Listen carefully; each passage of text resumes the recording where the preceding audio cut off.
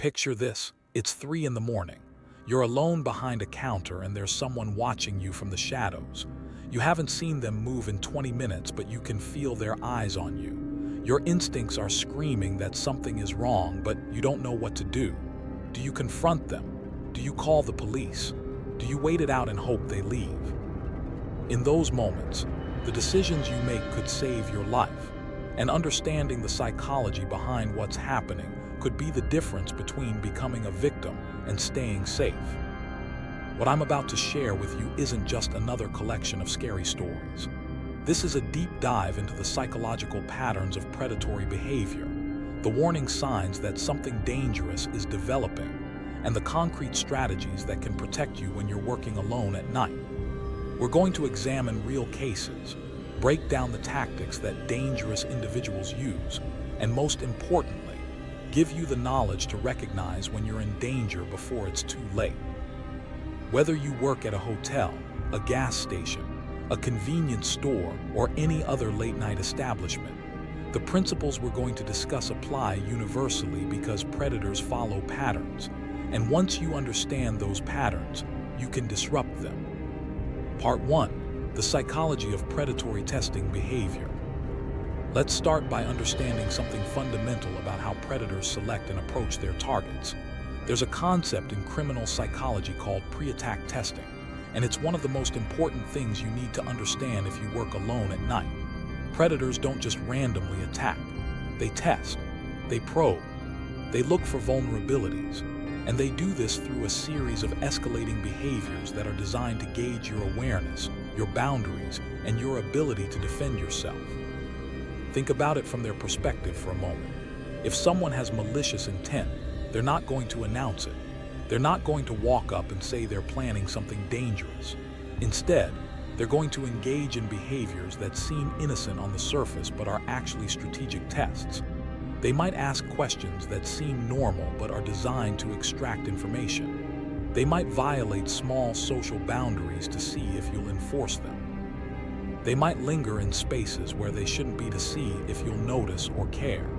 Each of these actions is a data point for them, helping them determine whether you're an easy target or someone who will put up resistance. The hotel scenario we need to examine illustrates this perfectly.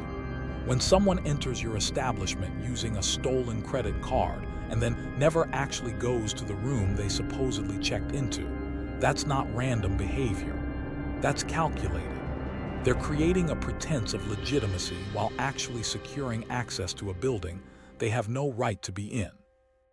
The credit card swipe that appears to go through but leaves no record in the system is a sophisticated tactic because it gives them a key card and a room number, providing a cover story if anyone questions why they're in the building.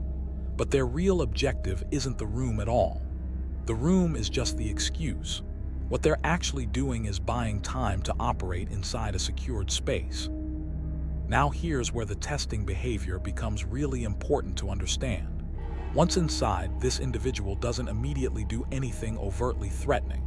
Instead, they engage in what we call boundary probing. They sit in the lobby staring at a blank television screen. This serves multiple purposes. First, it allows them to observe you, the employee, to see how you respond to unusual behavior. Are you paying attention? Do you seem concerned? Second, it establishes their presence as something you become accustomed to. The longer they're there doing something that seems harmless, the more normalized their presence becomes in your mind.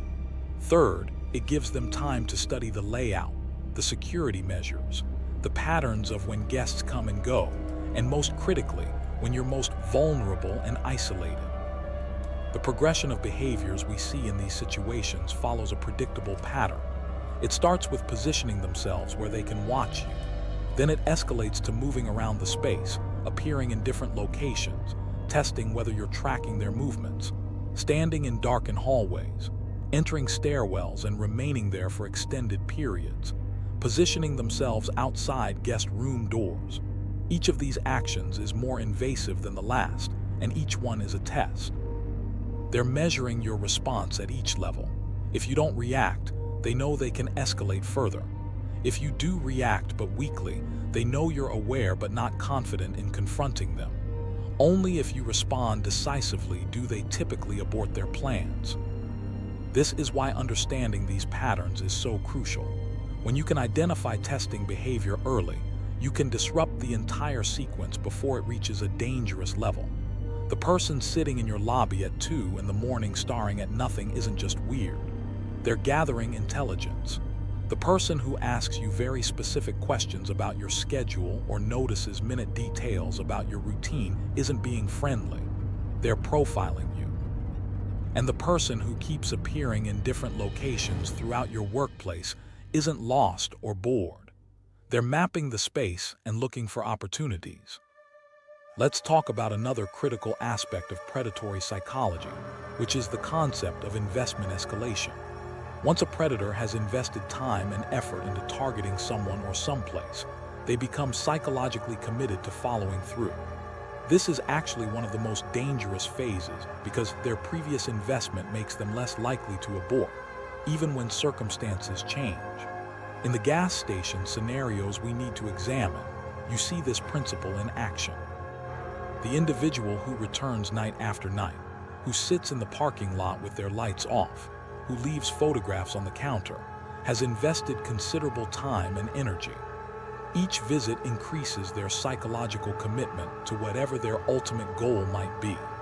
This is why the situation often escalates over time rather than remaining static. The photography aspect deserves special attention because it represents a significant escalation in the testing process. When someone photographs you without your knowledge or consent and then leaves that photograph where you'll find it, they're sending multiple messages simultaneously.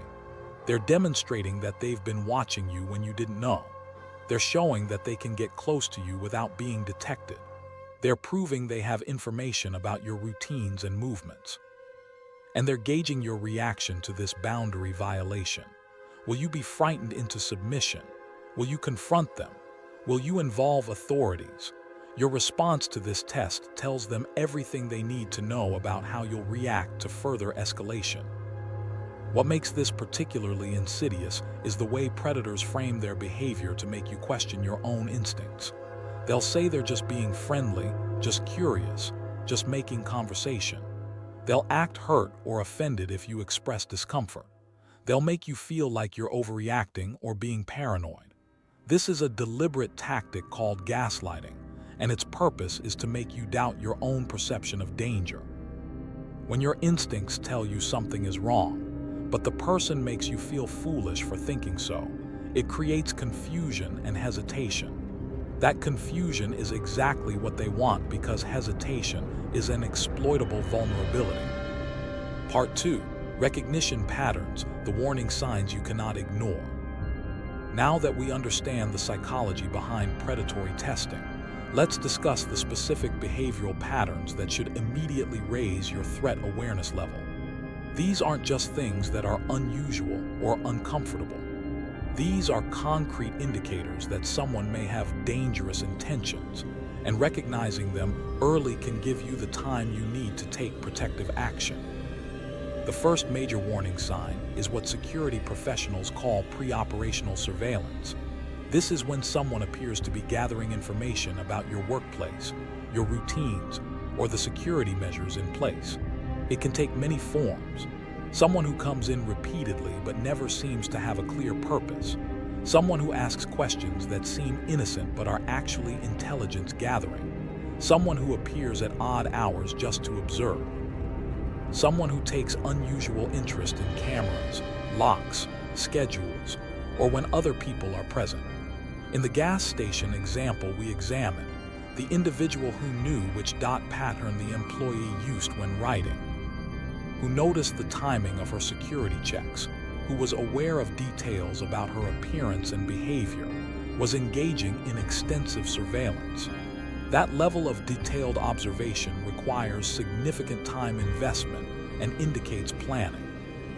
The key thing to understand about surveillance is that it's always purposeful.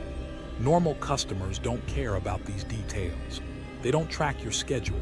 They don't notice your habits. They don't study your environment. When someone is paying that level of attention, they have a reason, and that reason is rarely benign. This is especially true when the surveillance is covert. If someone is watching you but trying not to be obvious about it, if they're taking note of things but attempting to seem casual, that's a massive red flag because it indicates they don't want you to know what they're doing. The second critical warning pattern is progressive boundary violation. This is when someone tests limits in an escalating manner. It might start with violating social boundaries, standing too close, maintaining eye contact for too long, asking personal questions, making comments about your appearance or habits. If these initial boundary violations go unchallenged, they escalate to physical boundaries, touching items behind your counter, moving into employee-only areas, appearing in locations they shouldn't be. The progression continues to more severe violations like following you, appearing outside your workplace, or demonstrating knowledge of your life outside of work. What makes progressive boundary violation so dangerous is that each step seems relatively minor in isolation. Someone stands a little too close. Well, maybe they just don't understand personal space. Someone asks about your schedule. Well, maybe they're just making conversation. Someone shows up outside your workplace. Well, maybe it's a coincidence. But when you look at the pattern as a whole, when you see the escalation, it becomes clear that these aren't isolated incidents. They're a systematic process of testing and expanding boundaries to see what they can get away with. Here's something crucial to understand. Predators rely on your social conditioning to be polite. They know that most people, especially women working in customer service roles, have been taught to be nice, accommodating, and non-confrontational. They exploit this mercilessly. They frame boundary violations in ways that make you feel rude or paranoid if you object. They act hurt when you enforce limits. They make you feel like you're the problem for being uncomfortable with their behavior.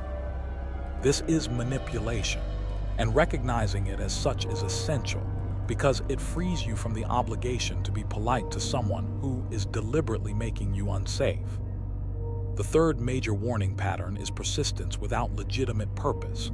This is when someone keeps coming back or staying around without any clear reason that makes sense. In a hotel setting, it's someone who checked in but never goes to their room and instead lingers in common areas for hours. In a gas station or convenience store, it's someone who comes in repeatedly, maybe buys something small, but mainly seems to be there to observe or interact with you. In any setting, it's someone whose presence doesn't match normal customer behavior patterns. Normal customers have purposes. They need gas.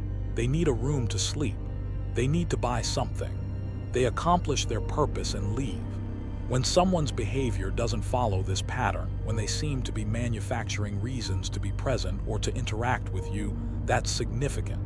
And when they keep coming back with increasing frequency, that's even more significant because it indicates an obsessive focus. Obsession is one of the most dangerous factors in predatory behavior because it overrides normal rational assessment. An obsessed person will take risks, invest enormous effort, and persist despite setbacks because their fixation has become more important to them than rational self-interest. Let's talk about another crucial recognition pattern, which is testing your awareness and responses. This manifests in specific ways that you need to be able to identify. Someone might ask you direct questions to see what you reveal. When do you get off work? Do you work alone? How often do your coworkers or managers check in? Are there cameras?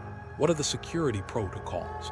They might also test your awareness indirectly by doing things to see if you notice. Moving objects slightly. Appearing in places they shouldn't be. Violating small rules.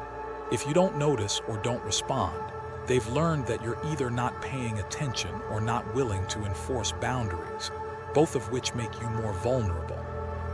The scenario with the cars in the gas station parking lot demonstrates this testing perfectly. When people confront the individuals in the suspicious vehicles, those individuals immediately manufacture excuses, claim language barriers, or flee. This isn't because they were actually there for innocent reasons and just happened to be weird about it. It's because they were testing to see if anyone would notice them, if anyone would question them, and if anyone would challenge their presence. The fact that they fled when confronted tells you everything you need to know about their intentions. Innocent people who are legitimately waiting for food delivery don't panic and drive away when someone asks them what they're doing. Another recognition pattern that deserves attention is demonstration of knowledge they shouldn't have. This is when someone reveals information about you, your routine, your workplace, or your life that they have no legitimate way of knowing. Maybe they mention something about your schedule that you never told them. Maybe they reference something that happened during a shift they weren't present for. Maybe they describe details about your car, your route to work, or your home that you never shared. Anytime someone knows something they shouldn't know, it means they've been gathering information about you through observation or research, and that's an unambiguous threat indicator. The handwriting observation in the gas station scenario is a perfect example. Noticing that someone uses slashes instead of circles to dot their letters isn't something you pick up from walking past a sign once.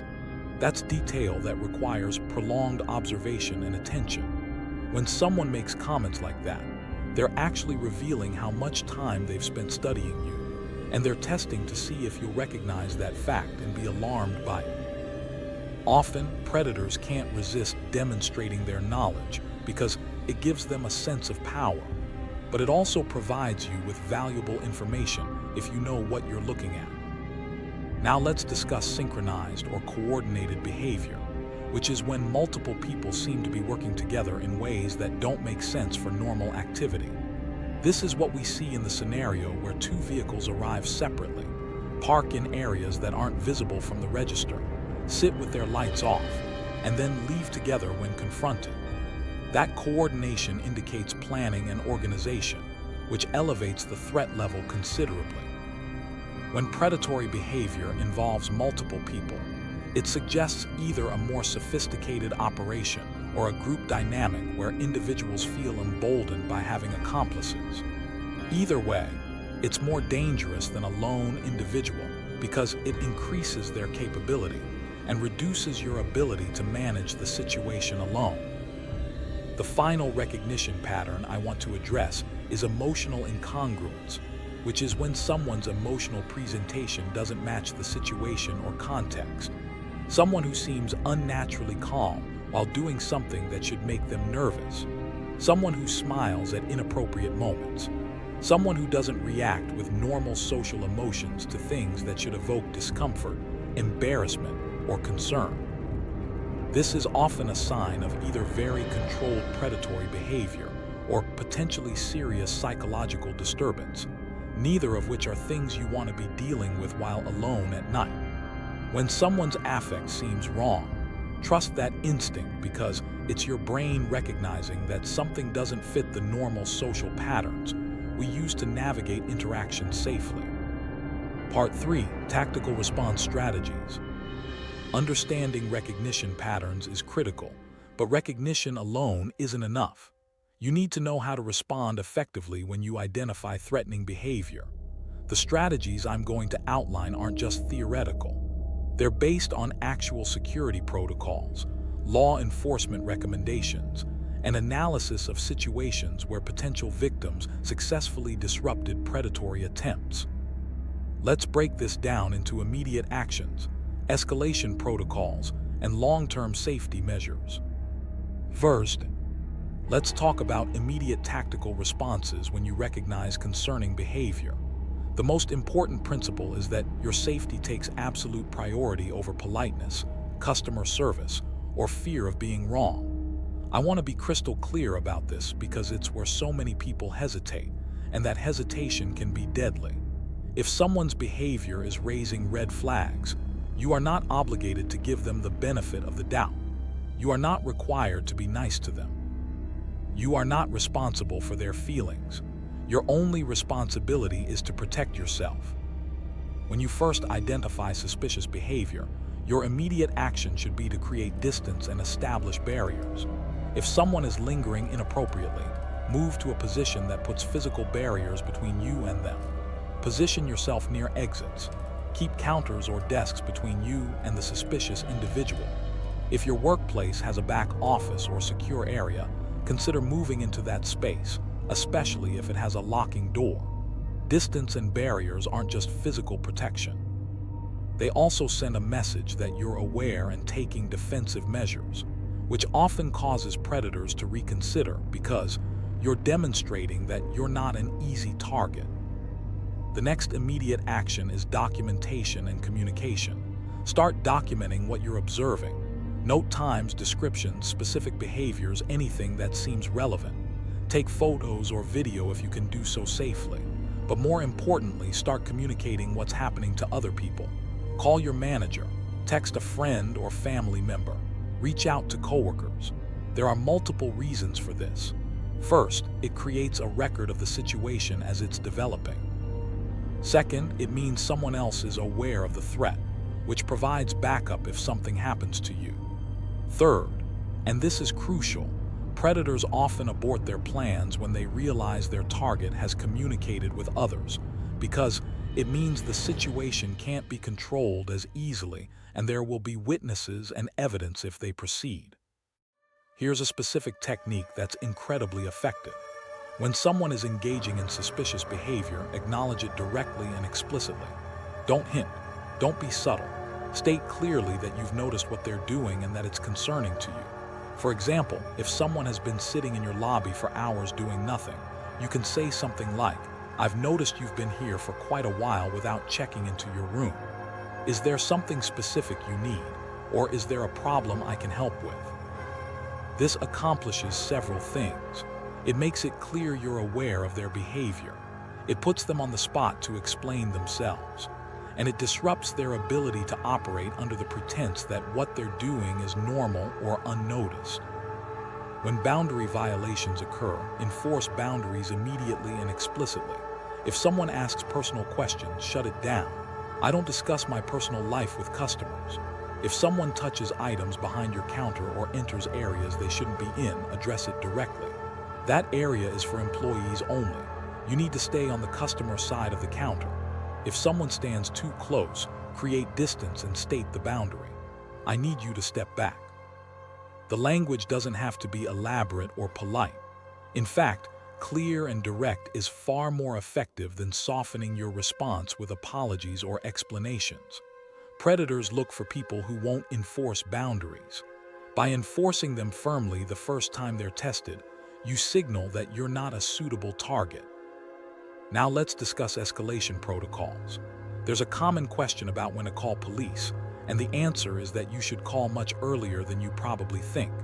You don't need to wait until someone does something overtly illegal or threatening. If someone's behavior is making you genuinely uncomfortable and you've assessed that they might be testing or probing, that's sufficient reason to call. When you call, be specific about what you're observing and why it concerns you. Don't minimize or hedge. Say clearly, "There's someone in my workplace who has been engaging in suspicious behavior. They've been here for X amount of time. They're doing Y specific things that are unusual. I'm concerned for my safety." Different situations require different levels of law enforcement response. For immediate threats where someone is trying to access secure areas, following you, or directly threatening you, call emergency services. For situations that are concerning but not immediately dangerous, you can often call non-emergency lines. But here's something important to understand. Even if police respond and the person hasn't technically done anything illegal, that response is still valuable. It creates a documented record. It signals to the suspicious individual that you're willing to involve authorities. And it often reveals additional information because police can run IDs, check for warrants, and identify people who may have concerning histories. In the hotel scenario we examined, waiting until nearly 4 in the morning to call emergency services meant that the suspicious individual had hours to escalate his behavior, study the environment, and potentially approach guests or attempt entry into rooms. If the call had been made when he first displayed sustained unusual behavior, sitting in the lobby staring at nothing for extended periods, much of what followed could have been prevented. Don't talk yourself out of calling because you feel like you might be overreacting. Trust me when I tell you that law enforcement would rather respond to 10 calls that turn out to be nothing than miss one call that could have prevented a serious incident. Let's address the question of when and how to directly confront someone. There are situations where direct confrontation is appropriate, and there are situations where it's not. Generally, you should only directly confront someone when you have escape routes available, when other people are present or immediately available, when you've already documented the situation and communicated it to others, and when you're in a position to leave immediately if the confrontation goes badly. Direct confrontation should never be your first step. It should come after you've taken protective measures. If you do confront someone, your goal is to disrupt their plans and make it clear they need to leave, not to prove a point or win an argument. Keep your language simple and your tone firm but not aggressive. I need you to leave now. Your behavior is inappropriate and you're making me uncomfortable. If you don't leave, I'm calling the police. Then follow through. If they don't leave, call the police. Don't get drawn into explanations, justifications, or debates. Predators will often try to argue that they haven't done anything wrong, that you're overreacting, or that they have a right to be there. Don't engage with these arguments. Simply repeat your boundary and your consequence. I've asked you to leave. I'm now calling the police. There's a concept in self-defense training called the reactionary gap, which is the time and distance you need to recognize and respond to an attack. Every decision you make about positioning and response should be about maintaining your reactionary gap. This means never letting someone get between you and exits, never letting someone corner you, never putting yourself in positions where you can't see what's happening around you. If someone moves in ways that reduce your reactionary gap, you need to move to restore it, or you need to escalate your response level. Something that's often overlooked in discussions of workplace safety is the importance of having protective tools accessible and knowing how to use them. If your workplace allows it, consider what tools might be available. Some places have panic buttons connected to security companies. Some have policies allowing employees to carry defensive tools like pepper spray. But whatever tools are available or allowed, you need to know where they are, how to access them quickly, and how to use them effectively. A pepper spray you're not comfortable using, or that's locked in a drawer you can't reach quickly, isn't going to help you when you need it. Now let's talk about something that's critically important but often ignored, which is having an exit strategy. Before anything concerning happens, you should know all the exits from your workplace. You should know where they lead, and you should know which ones you can access quickly from anywhere you might be positioned during your shift. You should also know which areas of your workplace have limited exits or no exits, and you should avoid being trapped in those areas when suspicious individuals are present. If something escalates to the point where you feel you're in immediate danger, you need to be able to leave. Your job is not worth your life. If you have to abandon your post and flee to safety, do it without hesitation. No employer can legally punish you for leaving a situation where you felt you were in imminent danger. Let's address the aftermath of a concerning incident. After police have been called and the situation has been resolved, your work isn't done. First, create a detailed written account of everything that happened while it's fresh in your memory. Include times, descriptions, exact quotes if you remember them, everything the person did, how you responded, and who else was involved. This documentation is important for multiple reasons. If the person comes back or escalates further, you have a record. If legal proceedings result from the incident, you have detailed contemporary notes. And if the person engages in similar behavior elsewhere, your documentation could be crucial in establishing a pattern. Second, report the incident formally through whatever channels your employer has. File an incident report. Notify management. Make sure there's an official record within your company. If your employer doesn't take the report seriously or doesn't implement reasonable safety measures in response, document that as well, because it could be relevant if they're later found to have been negligent about employee safety. Third, assess what security measures could be improved. Were there blind spots where the person could position themselves without being observed? Were there areas where you felt trapped or isolated? Were there procedures that didn't work effectively? Bring these issues to management with specific recommendations. If management won't address safety concerns, you need to seriously consider whether that job is worth the risk, because employers who don't take employee safety seriously are creating environments where incidents are more likely to occur and more likely to result in harm. Part 4. Systemic safety and long-term protection. We've covered recognition and immediate response, but effective safety requires thinking beyond individual incidents. Let's discuss systemic approaches to protecting yourself when you work nights alone, cultural factors that create vulnerability, legal considerations, and how to build sustainable safety practices that don't rely on constant hypervigilance. First, let's address the elephant in the room, which is that certain types of employment structures inherently create vulnerability. When businesses staff single employees alone during overnight hours, when those employees are primarily young women, when those businesses are in isolated locations, and when those employees have minimal training in threat recognition or response, the business model itself is creating a target-rich environment for predators. This isn't about blaming businesses or employees. It's about recognizing that systemic factors matter and that some of these factors can and should be changed. If you work alone at night, you should be advocating for systemic safety measures.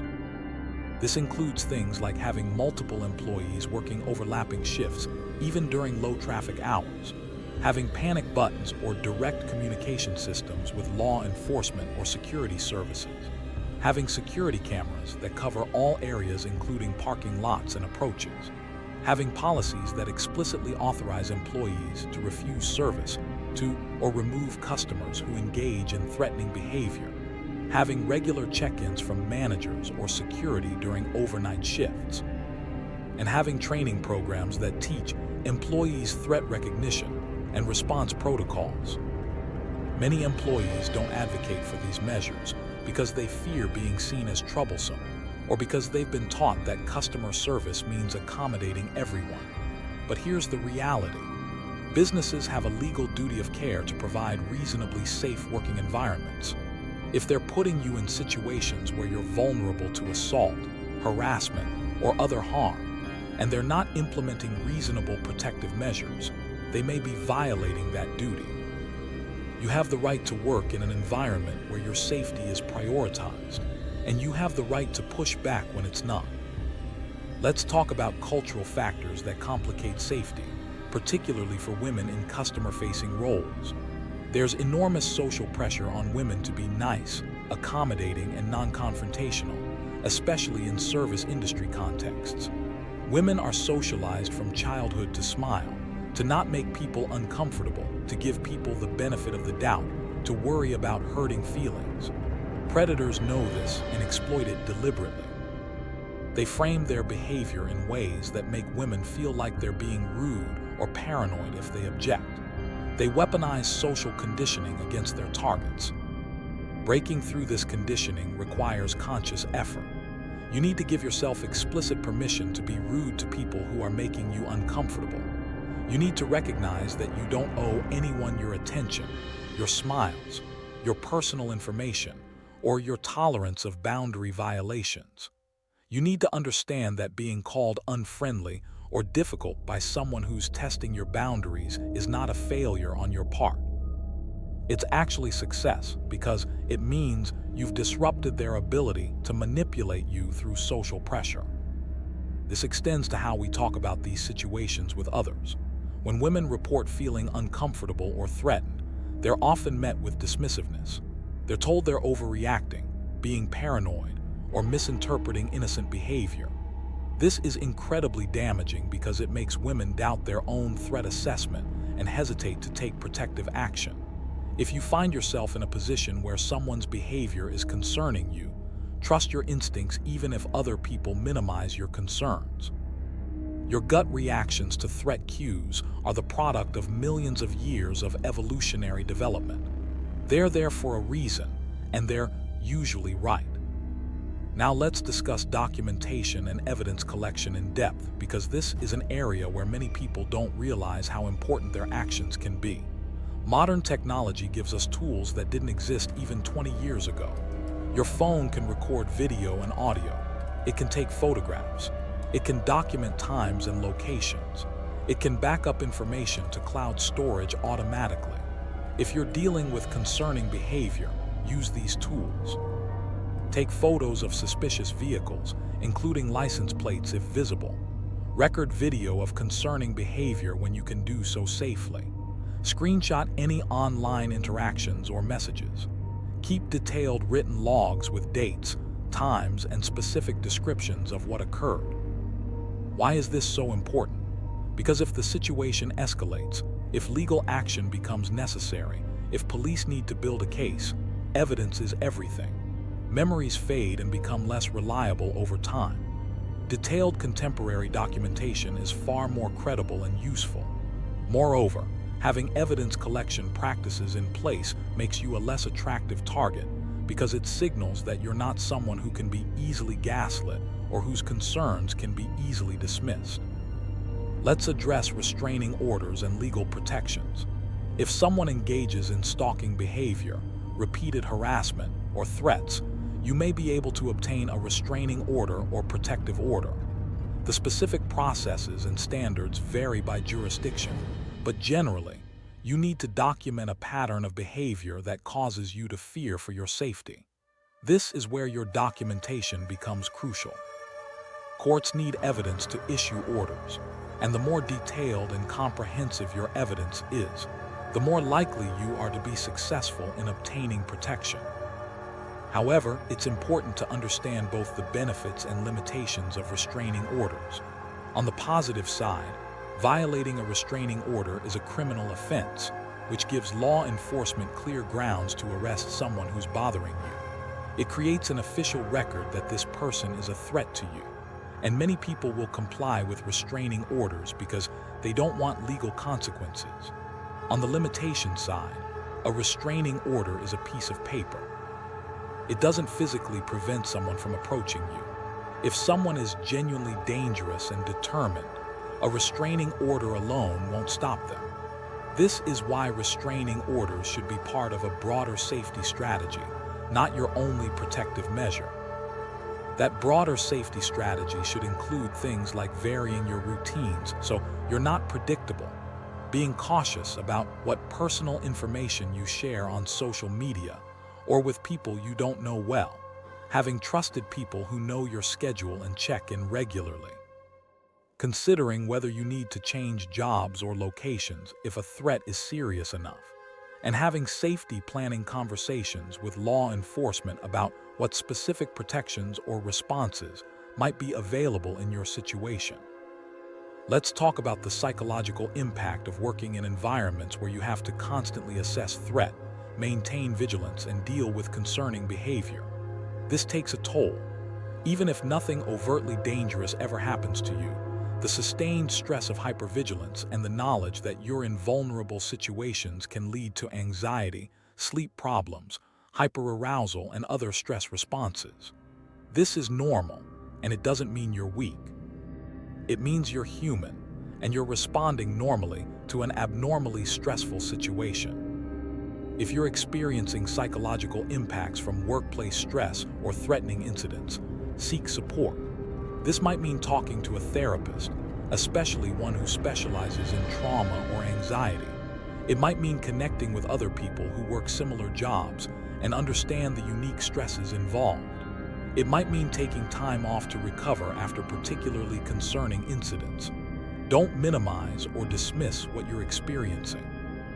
The psychological effects of working in high-threat environments are real, and they deserve to be taken seriously. Let's address something that's uncomfortable but necessary, which is planning for worst-case scenarios. I'm not saying this to frighten you. I'm saying it because being prepared for serious situations reduces panic and improves outcomes if those situations occur. You should know what you would do if someone tried to physically attack you, tried to trap you in a confined space, tried to follow you to your car, or tried to enter your vehicle. These plans should be specific, rehearsed mentally, and based on realistic assessment of your capabilities and the resources available to you. This includes basic self-defense principles. Make noise. If you're being attacked or feel you're about to be attacked, scream. Make as much noise as possible. This draws attention, potentially brings help, and disrupts the attacker's plan. Fight back. If someone physically attacks you, fight like your life depends on it, because it might. Go for vulnerable areas like eyes, throat, and groin. Use any objects available as weapons. Your goal isn't to win a fight, it's to create an opportunity to escape. Escape is always the goal. The moment you have any chance to run, take it. Don't stay to see if you've deterred the attacker. Don't try to reason with them. Just run to safety and call for help. Now let's discuss building sustainable safety practices that don't require you to be in constant fight or flight mode, because that's not viable long-term. The key is developing habits and systems that provide protection without requiring constant conscious effort. This includes environmental design, like arranging your workspace so you can always see approaches and have multiple exit routes. It includes communication systems, like having check-in schedules with friends or family. It includes technology use, like sharing your location with trusted contacts during your shifts. And it includes building networks, like knowing which other businesses in your area are open at night and where you could go for help if needed. Community matters enormously in night shift safety. Connect with other people who work similar shifts. Exchange information about concerning individuals or incidents. Watch out for each other. If you see something concerning at another business when you're out, report it. If someone reports something concerning to you, take it seriously. Predators rely on isolation. They look for targets who are alone and don't have support systems. Building community and communication networks among night shift workers disrupts this isolation and creates collective protection that's more effective than any individual can achieve alone. Let's address employer responsibilities one more time, because this is critical. Employers cannot legally retaliate against employees who report safety concerns, who refuse to work in situations they reasonably believe are dangerous, or who involve law enforcement in response to threats. If your employer does retaliate, that's a separate legal issue, and you should document it and consider consulting with an employment attorney. Your right to a safe workplace is legally protected, and you should use that protection when necessary. Finally, let's talk about the decision many people face about whether to continue in night shift positions when they become aware of the risks. This is a deeply personal decision that depends on many factors, including financial need, available alternatives, and personal risk tolerance. But I want to say clearly that there's no shame in deciding.